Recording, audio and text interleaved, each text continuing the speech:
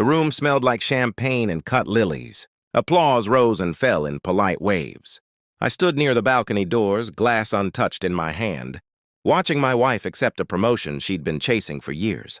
She glowed under the lights, confident, radiant, untouchable. My phone vibrated. Once, twice. A message from her, though she was 10 steps away. I'm pregnant. Another vibration. It's not yours. The applause swelled. I didn't move. My reflection stared back from the glass. Calm eyes, steady jaw. No one noticed the hairline fracture running through my chest. She turned, caught my gaze, and smiled the smile she used when she needed something. Later, in the hallway, she said it softly. Practiced. I need you to be a conscious co-parent. As if she were asking me to pass the salt. I nodded. I even smiled. Inside, something ancient and patient woke up. Not rage. Calculation. I watched her return to the crowd, already rehearsing a future where I absorbed the damage so she could keep ascending. I let her believe it. We drove home in silence. The city lights slid across the windshield like passing verdicts. She rested a hand on her stomach, possessive, triumphant. I didn't plan it, she said. A lie told without shame. I asked nothing. I listened. That unnerved her more than shouting ever could. She filled the quiet with justifications, loneliness, ambition, how I'd been distant, familiar tools, worn smooth from use. At home, she laid out rules, boundaries, schedules. She wanted stability without fidelity, respect without consequence. I watched her pack a small bag for the guest room, already organizing the narrative. She would be brave. I would be understanding. The world would applaud us both. In the bathroom mirror, I studied my face. No cracks, no tears. Only a dull pressure behind the eyes, like a storm sealed in glass. That night, she slept easily. I didn't. I replayed years with forensic care, the late meetings, the new perfume, the way she guarded her phone, the promotions that arrived faster than merit could justify. I realized something then. This wasn't a mistake. It was a strategy, and strategies can be dismantled. I became agreeable. I offered tea. I asked about her doctor. I suggested a shared calendar. She relaxed, mistaking my silence for surrender.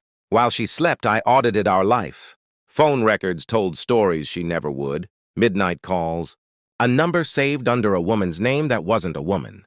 Credit cards mapped secret dinners near her office. A hotel receipt hid inside a work folder like a pressed flower. I didn't confront, I observed. I scheduled a DNA test under the pretense of clarity for the child.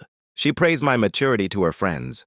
They nodded at me with sympathy I didn't need. At work, I met with a lawyer who spoke softly and took notes like a surgeon. We discussed timing, exposure, collateral damage. I told him I wanted it clean. No scenes. No mercy. Weeks passed. Her promotion party approached, the culmination of her careful climb. She invited executives, mentors, the man whose child she carried. He didn't know about me. He thought I was a ghost she'd already buried. I watched them together once from across a cafe. His hand rested where mine used to. He laughed easily. He had no idea what he'd bought into. Neither did she. The envelope arrived on a Tuesday. Plain. Unremarkable. Inside, the DNA results. 0% probability. I felt nothing. Relief is for the innocent. That evening, I placed the report on the kitchen counter. She noticed it mid-sentence and went quiet. What's that? Her voice thinned. Confirmation, I said.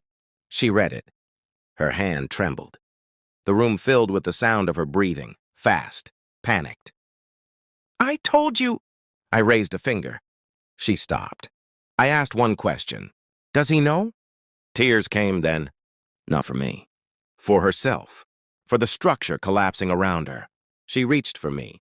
I stepped back. In that moment, she understood the mistake she'd made. I wasn't broken. I was finished. The promotion party sparkled like a lie. Laughter, clinking glasses, speeches about leadership and integrity. When her name was called, I joined her on stage. A murmur rippled through the crowd. I handed her a folder. Cream paper, official seals. She opened it, smiling for the cameras, until the smile died. Divorce papers, infidelity clauses highlighted, evidence attached. Her knees buckled. The room fell silent. I leaned in, my voice low enough to be intimate. "Congratulations," I said. "You earned this." The executives exchanged looks. The lover slipped away. Phones came out. Reputations began their quiet hemorrhage. By morning, she was suspended pending review. By evening, sponsors withdrew. The narrative she'd built inverted, devouring her from the inside. I moved out that night, clean, final. Months later, my son's wife called. "If you want to join Thanksgiving," she shouted, "come wash the dishes." I laughed softly. "Enjoy," I said, and sent nothing else. I posted a single photo instead. Snow-bright terraces, a Swiss villa, silence implied by distance. My phone rang 71 times. I didn't answer. From the balcony, the Alps looked indifferent, eternal.